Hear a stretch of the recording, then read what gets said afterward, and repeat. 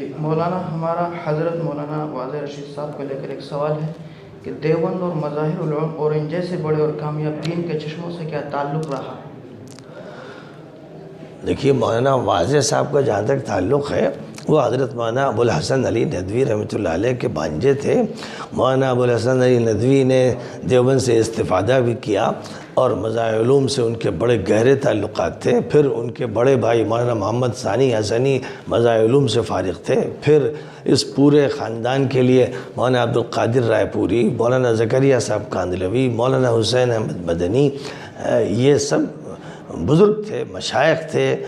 تو خاندان کے ہر فرد کا اور ان افراد میں مولانا واضح صاحب کی بڑی اہمیت ہے۔ وہ تو دلی میں رہتے تھے، قریبی رہتے تھے، ان کی آمد و رفت رہتی تھی ان مراکز میں، اس لیے ان کے جو تعلقات تھے وہ گویا کہ پشتینی تھے کہ یہ تعلقات میں نے جیسے کہ ابھی سوالات میں ذکر کیا کہ ان کے جو دادا تھے مولانا خلیل الدین صاحب، وہ حضرت مولانا رشید احمد گنگوہی رحمۃ اللہ علیہ سے بیعت تھے۔